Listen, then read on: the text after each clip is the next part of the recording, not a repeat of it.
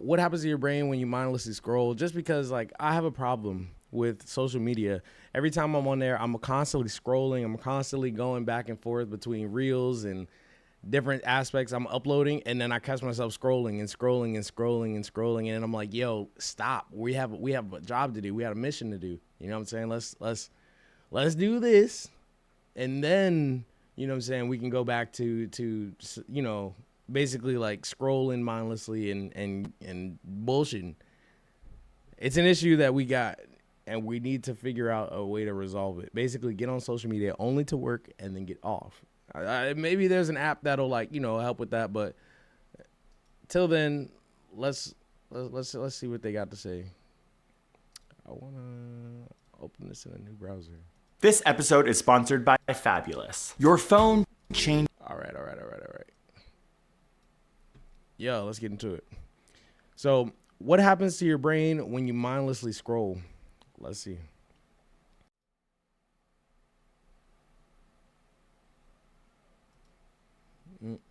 I hate that little border on the side. Like, why does it do Changes that? your brain, as the average American touches their phone 2,600 times per day. And this constant scrolling has altered your brain's neurology. So what would happen to your brain and body if you tried to quit your phone? After 1 hour of quitting, you have likely tried to pick up your phone 3 to 4 times, because the average person picks up their phone 52 times per day. After 12 hours, As a streamer, welcome to the stream. As a streamer and a constant, you know, social media user,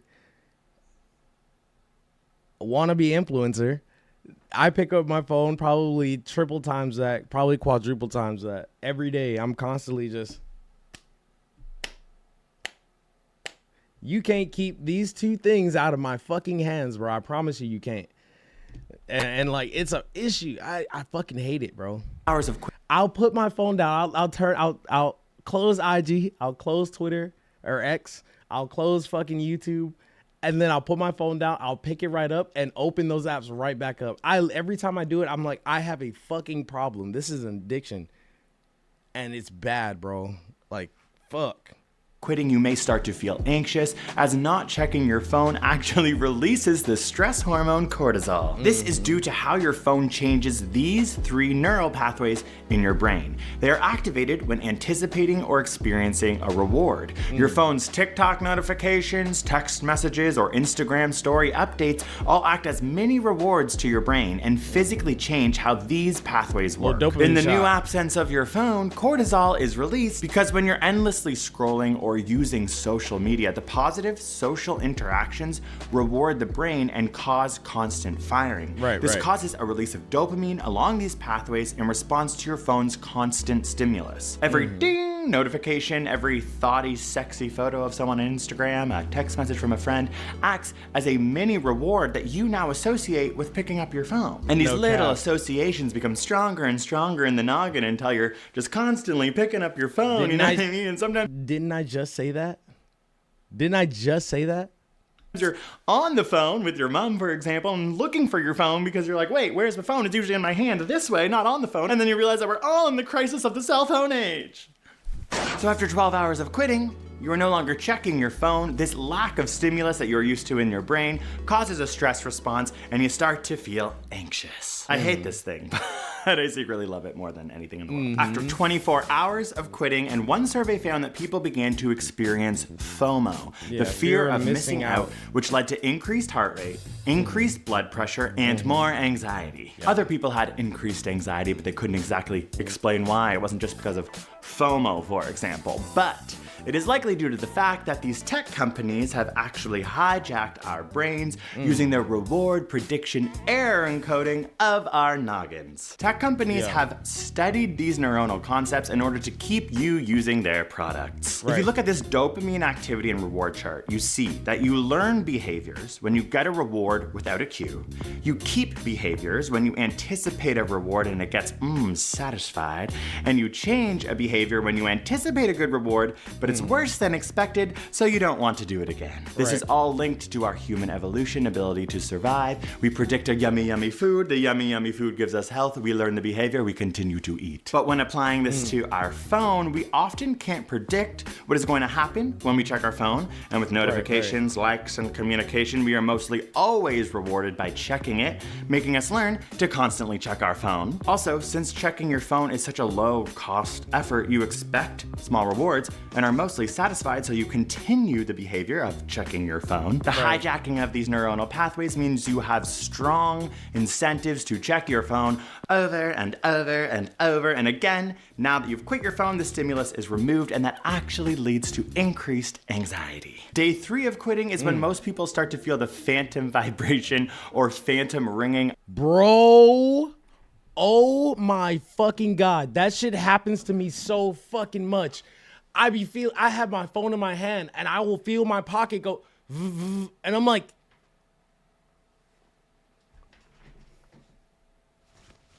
nigga, I be pulling my pocket out like there's no fucking way that this thing is a part of my body now, to the point where my body felt that there was a notification hitting my pocket.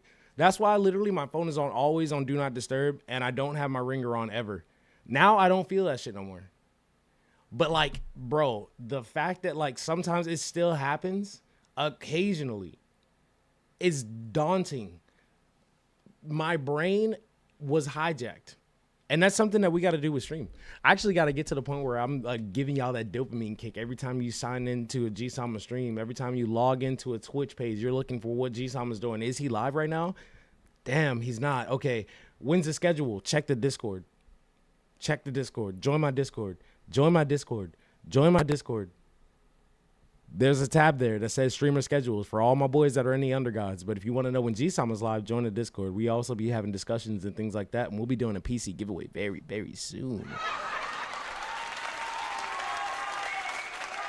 Eventually, we're going to do one PC per month. And like I said, Christmas is coming. We're doing, I don't know, what is it? We're going to do 12 days or 24 days or 30 days of gifts. But we're going to do something like that. Get your dopamine kick, at least from a community that's going to help you learn to be better. You know, you don't always have to check your phone. You don't always have to tune in to G-Sama stream. It's very appreciated, not required. Just like the donos and the subs and the gifts and all that, bro. We appreciate everything. But I just want y'all to come here and have a good time. Of their cell phone that is no longer there. This is when quitting your phone starts to feel like a horror movie. You'll literally start to feel your phone buzzing in your leg even though it's not there, like a goddamn ghost of your old phone. But day 3 of quitting is when some good things start to happen, because you may begin to be rewarded by your friends, your family, your lover, because you're actually now paying attention to them. You are no longer phubbing, which is snubbing your loved ones for your phone. Oh, loved one, please stop talking. I must snub thee, for I am looking at hot man lifting weight topless on Instagram. One study had participants view an animation pretending to be with a sexual partner. One animation checked their phone throughout, the other did not. The participants perceived the people who didn't check their phone as having a better quality of communication and increased relationship satisfaction. After 3 days of quitting your phone, you may start to notice that your relationships are improving. After day 5 of quitting your phone, and your attention span may increase. You may even start noticing that you're doing better at work and school. A small study of college students who actively use their phones found they now focus on subjects for only 65 seconds. Another study of office workers who use their phones at work found they can only focus for 3 minutes at a time. But a study at the Carnegie Mellon University's Human Computer Interaction Lab took 136 students and got them to sit a test. Some of them had to have their phones switched off, and the others had their phones on and received intermittent text messages. The students who received text messages performed on average 20% worse than those who had their phones off. This is because your conscious brain can only produce 1 or 2 thoughts at once. Every time you open a text message or check a notification, your brain has to switch from task to task, creating the switch cost effect, making it harder for you to concentrate. But since you've quit your phone, you are switching tasks less often, and you may start to notice your attention span increasing and your ability to do better work at school or even at thine job. After 5 to 7 days of quitting, and your cognition will continue to improve. A study of 660 people examined the analytical cognitive styles of its participants. On average, participants with stronger cognitive skills spent less time using their smartphones. The study went as far to say there may be a potential link between heavy smartphone use and decreased intelligence. Reading that study was a blow to the ego because I am known for using my phone a lot more than a lot of other people, and therefore, yes, it's a bit of proof that I am dumb. After 1 week, a long-term study found reducing cell phone use Y'all see how sometimes when I read on stream, it's like a struggle. Because I can read, and like, even like I read Gabe's long-ass message or Silver's long-ass message, and like, no hiccups, no bumps, no nothing. But like sometimes I'll play a game and like reading a short sentence on screen, it sounds like I'm having an aneurysm. Maybe we should do a social experiment. G-Sama only uses his phone to upload and answer messages, and that's it. Instead of mindlessly scrolling, every time I do so, I'll have to like not use my phone for 30 minutes or so.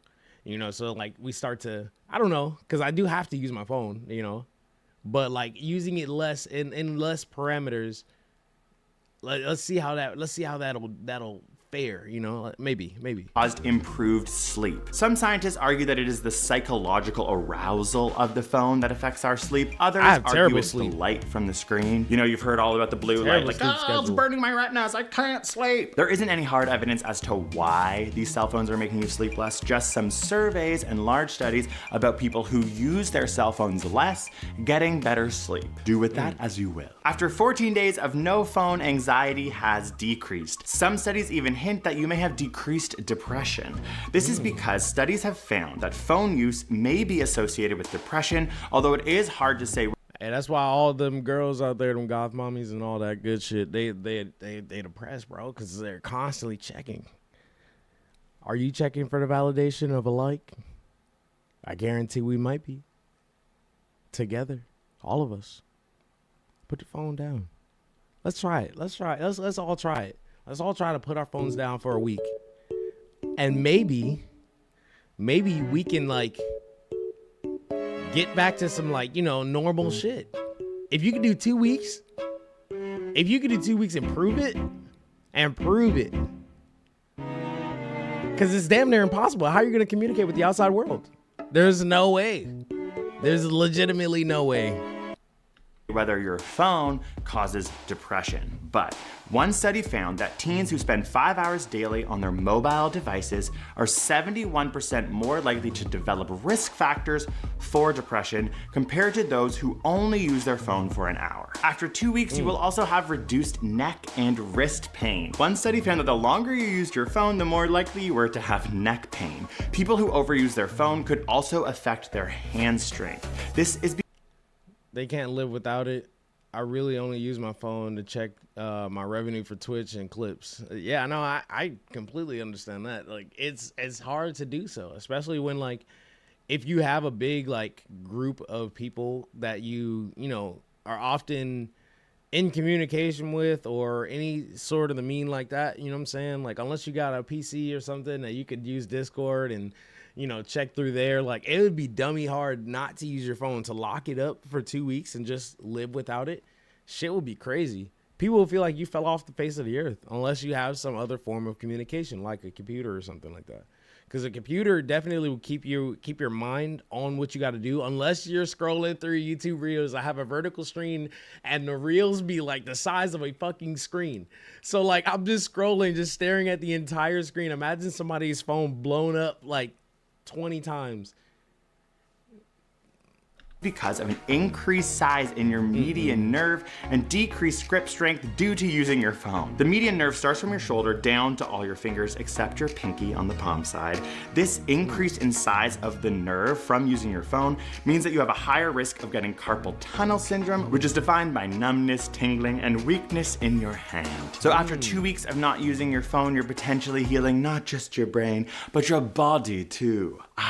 Thank you to Fabulous for sponsoring this video because it is the only app that actually helps me with my phone addiction and other aspects of my life. By using science-backed daily routines to build better habits and achieve goals, Fabulous has helped me actually get things done in me dang life. It's a beautifully designed little app, and when I first started, I was nervous, so all I got it to do was help me wake up first thing and drink water, an easy habit that then spiraled into a bunch of other habits I now do from this app. Now it helps me with my writing routines, my evening routines that involve turning off my phone at 7 p.m. every day, sitting there chewing me nails, staring at a wall, not sure what to do, but this Fabulous app keeps me accountable. You can make it more self-guided, as I have to design plans for me to paint more, or you can have it be more guided through the app, and it can take you through a series of journeys that include nighttime mindfulness exercises or the creation of habits that the app decides for you based on simple surveys. It's a gorgeous little app. Sometimes it even makes you like reach out to friends in vulnerable ways, which is like really cool. My friends are like, wait, why are you texting me nice things? I'm like, I don't know, this app told me to. And unlike my other apps, it doesn't waste my time. It actually helps me gain back time, improve my mental and physical health, and hopefully change my behavior to become a better person. Ding! Start building your daily routine. The first 500 people who click on the link will get 25% off Fabulous Premium. So do it and join me every night in my mindfulness exercises as I slowly become a better person. Thank you so much for watching. Make sure you're subscribed for more science videos. And if you're on your phone right now, try turning it off for a couple days and see if you start to feel phantom vibrations, a little spooky in the pocket. Nah, we already get those. We already get those motherfuckers, bro. No cap. W video, honestly.